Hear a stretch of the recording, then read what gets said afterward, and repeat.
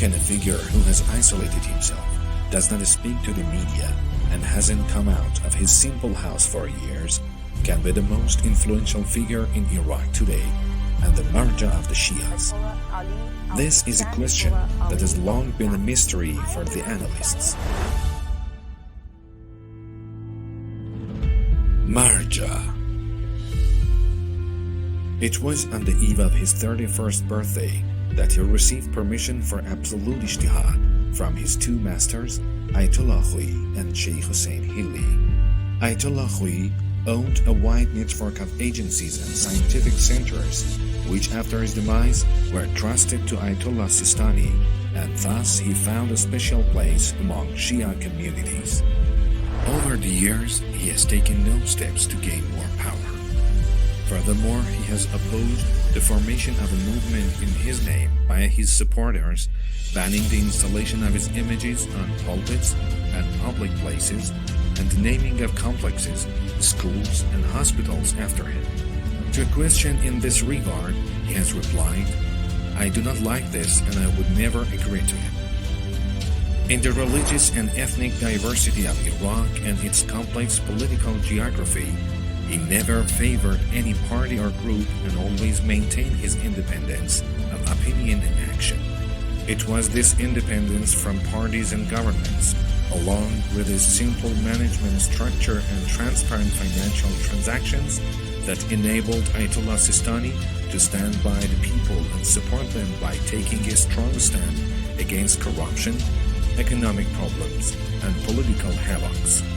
Perhaps the most important element of his political ideology is the power of the public opinion in Iraqi politics.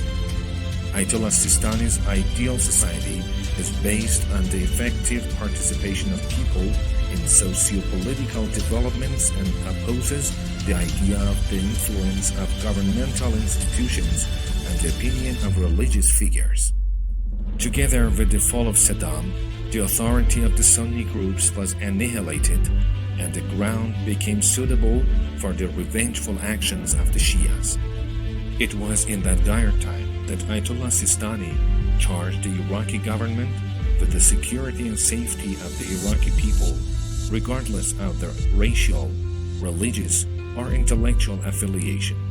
He stated that the peaceful dialogue and coexistence between Shias and Sunnis was the only solution to the disputes. For many years, the American troops were deployed in Iraq. However, he refused to have any contacts with them, to the extent that the American newspaper Washington Post wrote, Ayatollah Ali Sistani not only did not receive George W. Bush or any of the American commanders in Iraq, but he controls them like a puppet. At the same time, the Al-Hawza newspaper, which published Muqtada Sadr's statements and taken positions, was banned.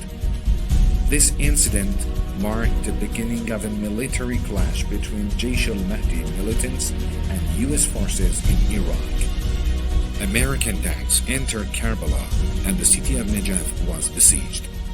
The militants of Jaish al-Mahdi made their stand in the holy shrine of Imam Ali, peace be upon him, and therefore the conflicts reached the shrine. The shrine received some damages and many of the militants and civilians were killed. The Americans and the Iraqi government were unable to resolve the crisis.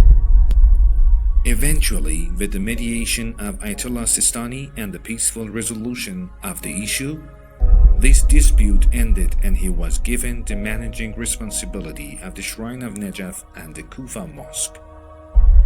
Following this incident, the UAE newspaper Al-Khalij acknowledged, while the American occupiers and the government of Ayatollah Ali were helpless in resolving the crisis, Ayatollah Sistani showed that the Shia authority is the most powerful and influential side in Iraq. Years later, with the fall of Mosul to the hands of ISIS, the Iraqi army failed to halt their advance towards the center and south of the country, and the situation in Iraq was considered out of control and critical.